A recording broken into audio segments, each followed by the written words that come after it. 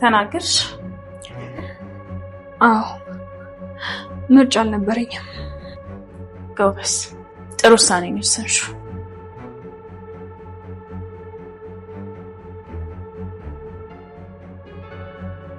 ገዛኸኝ ያለምንም ፍርሃት ዓለምን ከተደበቀችበት አውጥቶ በእቅዱ መሰረትም ከዚህ በፊት ሰዎች መሞቷን አምነው እንደቀበሯት ሁሉ ዳግም ገሎም ሊቀብራት በድፍረት ቀጥ ብሎም ወደ አባዬ ቤት ሄዷል። ከገባበት የስጋትና የጭንቀት ህይወት ለመገላገል ለአንዴና ለመጨረሻ ጊዜ እንደ ማስያዣ ራሱ ቤት ባቆያት የትሁት ልጅ ዓለምን ለመቀየር አስቦ ቢሆንም ወደ አባዬ ቤት የሄደው ነገር ግን ትሁት አስቀድማ ከናቲና ከአባዬ ጋር ተነጋግረው ባወጡት እቅድ መሰረትም ሐሳቡን መና የሚያስቀሩበት ይመስላል። ልጇን ከእቅፏ በድጋሚ እንዳይወስድባት አለመየት እንዳለች የተናገረችው ትሁት ገዛኸኛንን ሰምቶ ቤቱን ለቆ እንደወጣም በፍጥነት ለአባዬ ያሳውቀዋለች። አሁን ላይ ነገሮች ለገዛኸኝ ቀላል ባይሆንም ነገር ግን ጉዳዩ ለሱ እንዲሁ በቀላሉ ሊተው የሚችለውም አይደለም። በሰላም ነገሩን ለመፍታት ሞክሮ ካልሆነለት ተኩሶ ከመግደልም ወደ ኋላ የሚል አይመስልም። የነትሁት እቅድ ገዛኸኝን እጅ ከፍንጃ ሲይዞ እስከ መጨረሻው የሚገላግላቸው ካልሆነ በቀር በቀላሉ እሱን ከህይወታቸው ለማስወጣት የሚቸገሩ ይመስላል። እናንተ ምንም ይፈጠር ይመስላችኋል? ሐሳብ እንዲሁም አስተያየታችሁን ኮሜንት ላይ ጻፉልን። ገዛኸኝ ወደ ትሁት ጋር ደውሎ ልጇን ወደ ቤት እንዳመጣት ከነገራት በኋላ ጆሮዋ የሰማውን ማመን የከበዳት ትሁት በፍጥነት እየከነፈች የምትረግጠውን እንኳን በቅጡ ሳታይ ተቻኩላ ወደ ቤት ብትሄድም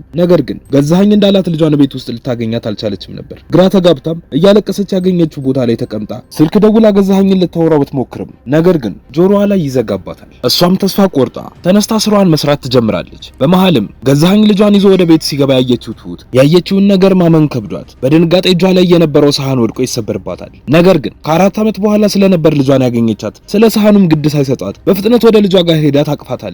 በናፍቆት እያነባችም ፊቷን እየደባበሰች እየሳመቻት ባለችበት ከኋላም ቤቲ መጣ በሐዘን አይኗ መንባ አቀሩ ትመለከታታለች። ገዛኸኝም የቤቲን ሁኔታ አስተውሎ ግራ በመጋባት ሲያፈጥባት ጥላቸው ወደ መኝታ ቤት ትገባለች። ገዛኸኝም ትቷቸው ወደ ሶፋው ጋር ሄዶ ይቀመጣል። ትሁትም የልጇን ፊት እየደባበሰች የኔ ልጅ ደህና ነሽ? እኔ ደህና ለመሆን በጣም እየሞከርኩኝ ነው ብላ ስትላት ትንሽዬዋ ልጅም አባባ ጋር አንሄድም ብላ ተጠይቃታለች። ትሁትም አባባ ናፈቀሽ እንዴ? ግን እኔ አልናፈቅኩሽም ብላ ስትጠይቃት እሷም እንደናፈቀቻት እናም ታማ መርፌም እንደተወጋሽ ትነግራታለች። ትሁትም በራሷ አዝና እያለቀሰች ወይኔ ልጄ ብላ በድጋሚ ታቅፋትና ተነስተውም ወንበር ላይ ይቀመጣሉ። ትንሽ ተረጋግተው ለልጇም ስልኳን ሰጥታት እያጫወተቻት ባለችበትም ገዛኸኝ ጠራትና ማውራት ይጀምራሉ። ገዛኸኝም ይቀጥልና ክፉ አለመሆኔን አየሽልኝ አይደለ? አሁን በቃ አለሜን ስጪኝ እኔም ልጅሽን እመልስልሻለሁ ብሎ ሲላት ትሁትም እሺ ግን ከዚህ በኋላ እዚህ ቤት ውስጥ መስራት አልፈልግም ልጄን ይዤ ወደ ሀገሬ መግባት ነው የምፈልገው ብላ ትለዋለች። ነገር ግን ገዛኸኝ በሐሳቧ በፍጹም አልተስማማም ነበር። ቀጥሎም እንደዛ በፍጹም አይሆንም፣ ለደህንነቴም ያሰጋኛል። ልጅሽን ወደ ሀገርሽ ልከሽ አንቺ ደግሞ እስከ ተዋዋልንበት ዓመት ድረስ ትሰሪያለሽ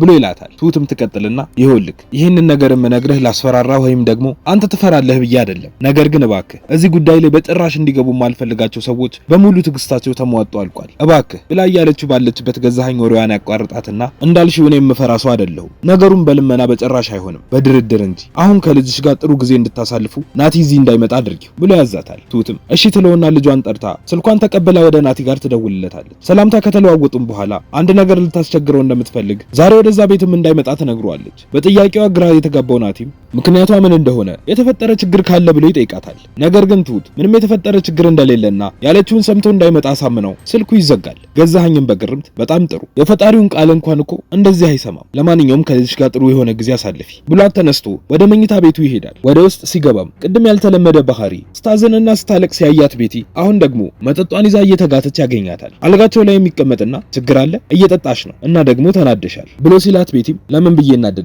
እና ደግሞ መጠጥ የደስታ ነው ወይስ የሐዘን ብላ ስጠይቀው ገዛኸኝም እሱ በሁለቱም ሰዓት እንደሚጠቀመው ይነግራታል። ቀጥሎም ሁኔታሽ ግን በጣም ግራ ያጋባል፣ ደግሞ ቅድም እያለቀሽ አየሁሽ ልበል ብሎ ሲጠይቃት ቤቲም አይገርምህም ከልጅነት የተረፈ እንጥፍጣፊ ሐዘኔታ ነበር በእንባ የወጣው ብላ ስትለው ገዛኸኝም በነዴት ማን ስለሆንሽ ነው አንቺ ለነሱ የምታዝኝ? የኔ ሚስት ሆነሽ እንዴትስ ነው ለነሱ ልታዝኝ የምትችይው ብሎ ሲላት ቤቲም ብራራና ባዝን እንኳን የራራሁለት ሰው ፈጣሪው አረ እኔ ራሱን ምስቅ ነው የሚመስለኝ ብላ ስትለው ገዛኸኝም እኔ ስለምወድሽ ላንቺ አዝናለሁ፣ አንቺም ለኔ ብቻ ነው ማዘን ያለብሽ፣ አሁን መጠጡ ይበቃሻል ብሎ ሲላት ቤቲም አሁን የከለከልከኝ ነገሮች ሁሉ እኮ ያለ መጠጥ አይሆንም ትለውና መጠጧን ይዛ ወደ ሳሎን ሄዳ መጠጧን መጠጣት ትቀጥላለች። በዛን ሰዓት ትሁትና ልጇ መኝታ ቤታቸው ሆነው እየተጫወቱ ነበር። በመሃልም ትንሽዬዋ ልጅ ከተኛችበት ተነሳ ትሁትን አንድ ጥያቄ ትጠይቃታለች። እማዬ አባዬ ጋር ግን መቼ ነው ምን ሄደው እና ደግሞ ከዚህ በኋላ ተተሽኝ አትሄጂም አይደለ ብላ ስጠይቃት ትሁትም በሐዘን አንገቷን ድፍት አድርጋ አዎ ግን ከጋሼ ጋር የት ነበራችሁ ብላ ስጠይቃት ትንሽዬዋ ልጅም አንድ ባዶ ክፍል ውስጥ እንደነበሩና አሁን ደግሞ እንቅልፏ እንደመጣም ነግራት ተቃቅፈው ይተኛሉ። በነጋታው ጠዋትም ቤቲ እየጠጣች በነበረችበት ቦታ ላይ ተኝታ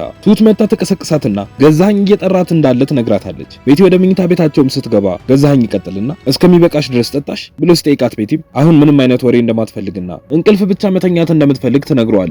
ገዛኸኝ የሚቀጥልና በጭራሽ እንደዛ አይሆንም፣ በጣም ብዙ ስራ አለብሽ፣ እናትና ልጅን መጠበቅ ይኖርብሻል። ውጪ ላይ አንድ ጥበቃ አስቀምጫለሁ።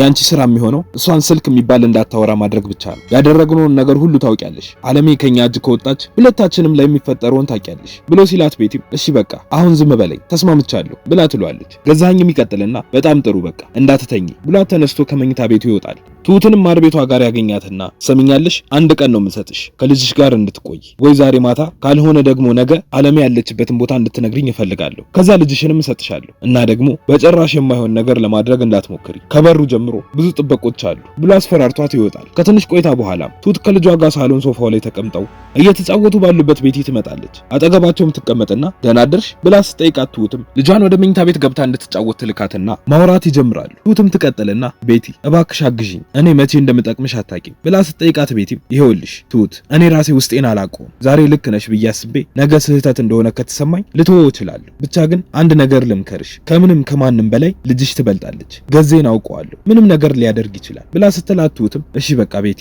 አንቺ በምንም ነገር ልትረጂኝ ካልቻልሽ ልጄን እመርጣለሁ፣ አሁን ቁርስ ምን ልስራልሽ ብላ ጠይቃት የምትፈልገውንም ነገር ልትሰራላት ትነሳለች። በዛን ሰዓትም ገዛኸኝ ስራው ቦታ ደርሶ ስራውን እየሰራ ባለበት አባዬ ይመጣል። ገዛኸኝም በንዴት ማን ጠርቶ ነው የመጣኸው? ሰማኛለህ እኔ በጣም ብዙ ስራ ነው ያለብኝ ብሎ ሲለው አባዬም እኔም ብዙ ስራ ነው ጥዬ የመጣሁት፣ እየሄድክበት ያለው መንገድ ልክ አይደለም፣ እኔ ትልቅ ሰው ነኝ፣ አንተም ብትሆን እድሜ ሄዷል፣ እኔ ጸብን በጣም መሸሽ ሰው ነኝ፣ ሞትን ግን አልፈራም፣ ሁለታችንም መተኮስ የምንችል ሰዎች ነን፣ ጉዳዩ ግን ማን ቀድሞ ያወጣል ነው ብሎ እጁን ወደ ኋላ ሲወስድ ገዛኸኝም በፍጥነት ከተቀመጠበት ሽጉጡን አውጥቶ ተነስቶ ይደቅንበታል። አባዬም ይቀጥልና ኮሽታ ስላለብህ ነው ሽጉጥህን እንደ መሐረብ ይዘህ የምትዞረው ብሎ ሲሳለቅበት ገዛኸኝም ስለቀደምኩህ ነው ብሎ ያፈጥበታል። አባዬም ቀጥሎ ስለቀደምከኝ ሳይሆን እኔ ሽጉጥ ስላልያዝኩኝ ለማንኛውም ተጠንቀቅ ብሎ ዝቶበት ጥሎት ይወጣል። የዛኑ ቀን ማታም ነው ገዛኸኝ ትሁትን ልጅ ነጥቆ ይዟት ሊሄድ ሲል ትሁት አለም ያለችበትን የነገረችው። በቀጣይ ምን የሚፈጠር ይመስላችኋል? ሐሳብ እንዲሁም አስተያየታችሁን ኮሜንት ላይ ጻፉልን። የምንለቃቸው ቪዲዮዎች ለብዙ ሰዎች እንዲደርሱም ላይክ እንዲሁም ሼር ማድረግ አትርሱ። ቀጣዩ ክፍል በፍጥነት እንዲደርሳችሁ ሰብስክራይብ በማድረግ የደወል ምልክቱንም መጫን አትርሱ። በቀጣይ በሌላ ክፍል እስክንገናኝ እስከዛው በሰላም ቆዩ።